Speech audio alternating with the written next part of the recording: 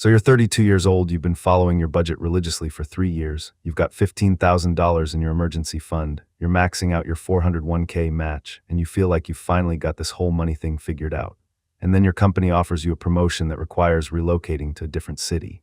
Suddenly, that perfect financial plan you built, it completely falls apart within 60 days. If that sounds familiar, keep watching, because what I'm about to show you is going to completely change how you think about financial planning. My name is Elon Musk, and I spend way too much time thinking about why smart people with good incomes keep making the same financial mistakes over and over again. If you're someone who's ever felt like you had your finances under control only to watch everything unravel during a major life change, whether that's a new job, a marriage, a baby, or even something positive like a promotion, make sure to hit that subscribe button and give this video a thumbs up if this helps you out. Here's the thing that nobody talks about. According to a 2023 study by the Financial Planning Association, 73% of people who experience a major life transition, we're talking marriage, divorce, job change, having kids, or retirement, completely abandon their financial plans within the first 6 months. 73%, that's not because people are lazy or financially illiterate. It's because the way we're taught to build financial plans is fundamentally broken. Look, I need you to understand something right now. The financial advice industry has sold us this idea that a good financial plan is like building a house. You create this solid foundation, you stick to it, and it'll protect you forever. But that's complete nonsense, and I'm going to prove it to you with real math and real psychology. Let me start with the most common financial mistake I see, and it's one that costs people literally hundreds of thousands of dollars over their lifetime. It's what I call the single income optimization trap. Here's what this looks like. You're single, making $75,000 a year. You read all the personal finance books. You set up your budget, 50% to needs, 30% to wants, 20% to savings and debt. You're spending $3,125 on rent for a nice one-bedroom apartment in a good neighborhood. You've got your gym membership, your streaming services, your weekend brunches with friends. Your life costs exactly $75,000 to maintain, and you're proud because you're saving that 20%, about $15,000 a year after taxes. Fast forward 2 years, you get married. Your spouse also makes $75,000. Now you've got a household income of $150,000. Here's what most people don't realize. You don't just add your two financial plans together. That's not how human psychology works. What actually happens is this. You think, we can afford a better place now. So you move from two separate $1,500 apartments to one $3,200 apartment. Because you want more space, a better neighborhood, maybe a second bedroom for guests. That seems reasonable, right? You're still spending less on rent combined than you were separately. But here's where it gets really interesting. You start making joint decisions. Should we get the nicer car? Should we finally take that trip to Europe we've been talking about? Should we upgrade to the premium cable package? Every single one of these decisions feels small in isolation. But according to research from Ohio State University, married couples increase their spending by an average of 43% compared to what they spent individually, even though their combined income only doubled. Do the math with me here. Two people spending $75,000 each, $150,000 combined spending, theoretically. But in reality, they're now spending $107,250 each on average for a total household spend of $214,500. Except wait, their income is only $150,000 combined. See the problem? Now you might be thinking, Elon, that's ridiculous. I'm not going to suddenly spend 43% more just because I got married. And you know what? You're probably right. You personally might only increase your spending by 30% or 25%. But here's the psychological shift that happens. Your baseline for normal has changed. This is where most financial plans break. We build our plans based on our current baseline, our current life, our current expenses, our current identity. But life transitions don't just change your circumstances. They change your identity and your baseline for what feels normal. Let me give you a concrete example. Sarah, real person, changed name, came to me for advice. She was 28, making $68,000 as a marketing manager, living with roommates, paying $850 a month in rent. She had a solid financial plan, saving $800 a month, on track to have a down payment for a house in 3 years. Then she got promoted to senior marketing manager. Her salary jumped to $95,000. Amazing, right? That's a $27,000 raise. After taxes, that's about $1,700 more per month in take-home pay. In her head, she thought, perfect, I'll save an extra $1,000 a month and splurge a little with the other $700. Here's what actually happened. Within 3 months of her promotion, she moved into her own one-bedroom apartment. Rent went from $850 to $1,650. I'm 28 and making $95,000, she told herself. I shouldn't have to live with roommates anymore. That's an extra $800 a month right there. But it didn't stop there. The new apartment needed furniture. She spent $4,000 pay it off over 6 months. That's $667 a month. She started going out more with her new colleagues who made similar salaries, dinners that cost $60 instead of $25. Her clothing budget tripled because she felt she needed to look the part at her new level. She upgraded her car because the old one felt beneath her new position. Here's what most people don't realize. Identity shifts are more expensive than lifestyle changes. When Sarah got promoted, she didn't just get more money, she became a senior marketing manager. And in her mind, senior marketing managers don't live with roommates. They don't drive 10-year-old. They don't buy their clothes at Target. 6 months after her promotion, Sarah was actually saving less money than before. She went from saving $800 a month to saving $200 a month. A $27,000 raise resulted in $600 less monthly savings. That's the identity trap. Now let's talk about the single biggest financial plan destroyer, having a baby. And I'm not even talking about the obvious costs like diapers, and though those are massive, I'm talking about the complete psychological restructuring of your financial priorities. The USDA estimates it costs $310,605 to raise a child from birth to age 18. That's about $17,200 per year. But here's the thing. That number is essentially meaningless because it averages out costs that hit you in wildly different ways at different times. Look, here's what actually happens. You're pregnant, you've done the math. You know in your city costs $1,800 a month. You know you'll need to buy baby stuff. You budget for it. You create a new financial plan. You feel prepared. Then the baby arrives and suddenly everything changes. Your spouse wants to stay home for 6 months instead of 3. That's an extra 3 months of single income you didn't plan for. You're exhausted, so you're ordering delivery 4 times a week instead of once.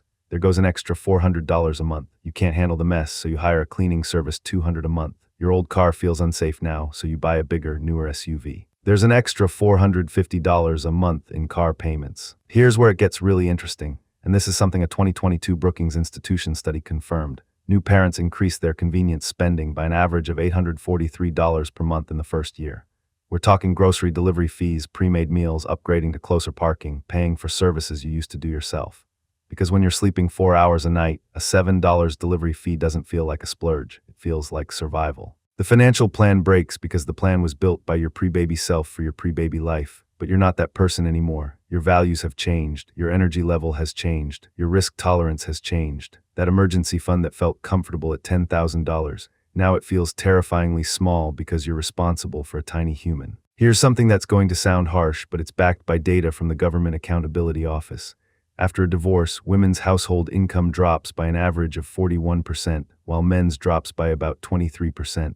But the real financial devastation isn't the income split, it's the efficiency loss. Think about it mathematically. When you're married, you have economies of scale. You split rent, utilities, streaming services, groceries. One person cooks, the other cleans. You've got built-in backup. Your combined car insurance is cheaper than 2 separate policies. When you divorce, you don't just split your finances in half. You lose all those efficiencies. Now you need 2 apartments, 2 sets of utilities, 2 cable bills, 2 of everything. If you have kids, you're coordinating schedules and maybe paying for during times when the other parent used to cover. But here's the part that really breaks people. The financial plan you built was optimized for 2 incomes and 1 household. When that splits, you can't just divide the budget in half. A 2019 study from the University of Arizona found that divorced individuals spend an average of 62% of what their households spent combined, meaning if you were spending $100,000 as a couple, each person is now spending $62,000 individually. 2 times $62,000 is $124,000. That's 24% more combined spending to maintain 2 separate lives at a lower standard than you had together. Now you might be thinking, okay, Elon, but what about retirement? That's the one transition we can actually plan for. We know it's coming. Here's the problem. We plan for retirement finances, but we don't plan for retirement psychology. According to the Employee Benefit Research Institute, 47% of retirees say their actual expenses in retirement are higher than what they planned for. Not because they did the math wrong, because retirement changes you in ways you can't predict when you're 55 and still working. Let me tell you about Robert, retired at 64 with $1.2 million in his 401k. He and his wife calculated they needed $5,500 a month to live comfortably.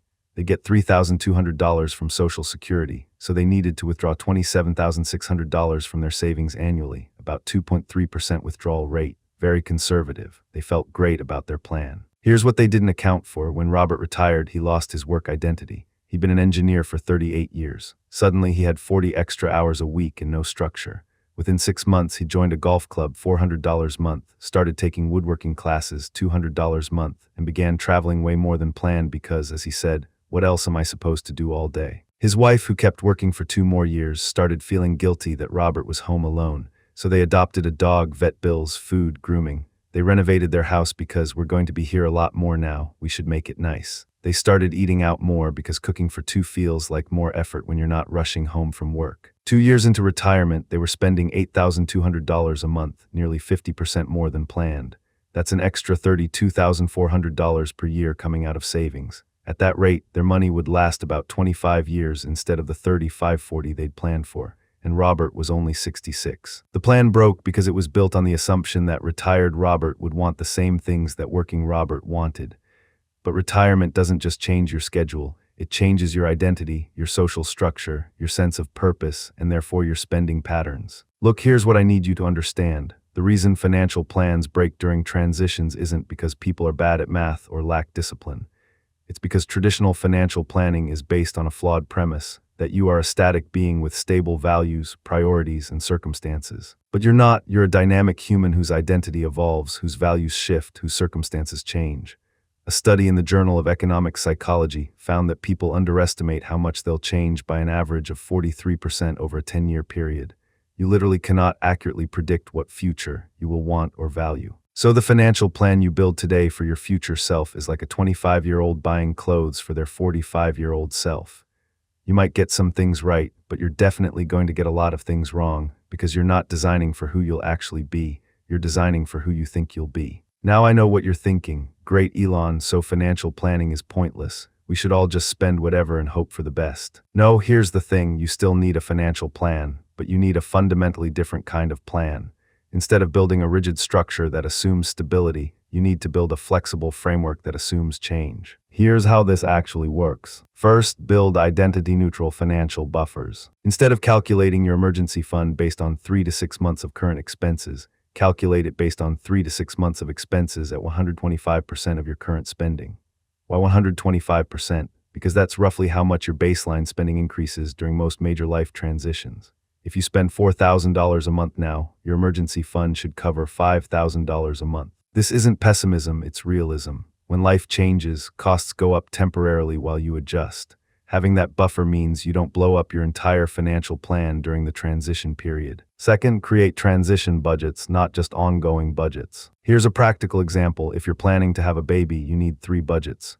You need your current budget, a transition budget for the first year when costs and chaos are highest, and a new steady-state budget for years 2+. The transition budget should assume your convenience spending will double, your emergency fund needs will increase by 50%, and you'll lose about 20% of your time-based cost savings, meal prep, DIY projects, etc. Build this into your plan before the transition happens. Third, schedule identity check-ins. Every 6 months, literally ask yourself, am I the same person who built this financial plan? If you got married, had a kid, got promoted, moved cities, lost a parent, anything that changed your daily life, your financial plan needs to be rebuilt, not just adjusted. This sounds simple, but according to Vanguard research, only 12% of people update their financial plans after major life changes. We treat our financial plans like they're set in stone, when they should be more like Google Maps, constantly rerouting based on current conditions. Fourth, automate the non-negotiables before the transition. Here's something that works incredibly well. Before any planned transition, marriage, baby, retirement, whatever, automate your savings to lock in your financial floor. If you're saving $1,500 a month now, set up an automatic transfer of $1,000 to go out the day after your paycheck hits. That way, even if your spending inflates during the transition, you're still saving something. The research on this is crystal clear. A 2021 study from the University of Chicago found that people who automate savings before life transitions maintain 78% of their savings rate, while people who plan to manually adjust maintain only 31%. Fifth, build decision rules for identity-driven spending. This is the big one. When Sarah got promoted and wanted to move into her own apartment, she should have had a decision rule. Anytime I feel I should spend money because of my job title or status, I wait 90 days before deciding. That 90-day cooling period lets you separate the identity shift from the actual need. After 3 months, if you still genuinely want that thing, fine. But often, you'll realize you were just responding to the psychological shift, not a real change in your values or needs. Let me bring this home with some real math. Let's say you're 30 years old. Over the next 35 years until retirement, you'll likely experience about 6-8 major life transitions. Could be marriages, divorces, kids, job changes, relocations, health issues, caring for parents. Life happens. If each transition causes you to abandon your financial plan for an average of 9 months, which is what the research shows, and during those 9 months you save 65% less than you planned, here's what that costs you. Let's say you plan to save $1,000 a month or $12,000 a year. During your transition periods, you only save $350 a month or $4,200 a year. That's a shortfall of $7,800 per year. Over 9 months, that's $5,850 less saved per transition. 8 transitions, $5,850, $46,800 in lost savings. But wait, it's actually way worse than that, because you're not just losing the savings. You're losing the compound growth on those savings. At a 7% average annual return, that $46,800 spread over 35 years would have grown to approximately $178,000. So broken financial plans don't just cost you the money you didn't save, they cost you decades of compound growth on that money. That's the difference between retiring comfortably at 65 and having to work until 70. That's the difference between leaving an inheritance for your kids and just breaking even. Look, here's what I need you to take away from this. Your financial plan is going to break. That's not a matter of if, it's a matter of when. The question is whether you're building a plan that can break and be rebuilt quickly, or a plan that shatters completely and leaves you financially paralyzed. The people who succeed financially long-term aren't the ones who never deviate from their plan. They're the ones who expect deviation, plan for it, and have systems in place to get back on track quickly. So here's your action plan. This week, I want you to do 3 things. 1. Calculate your emergency fund at 125% of your current monthly expenses. If it's not there yet, that becomes your number 1 savings priority. 2. Write down what major life transition you think is most likely in the next 3-5 years. Could be marriage, kids, job change, whatever. Build a transition budget for it right now. Don't wait until it happens. 3. Set a calendar reminder for 6 months from today titled Financial Plan Identity Check.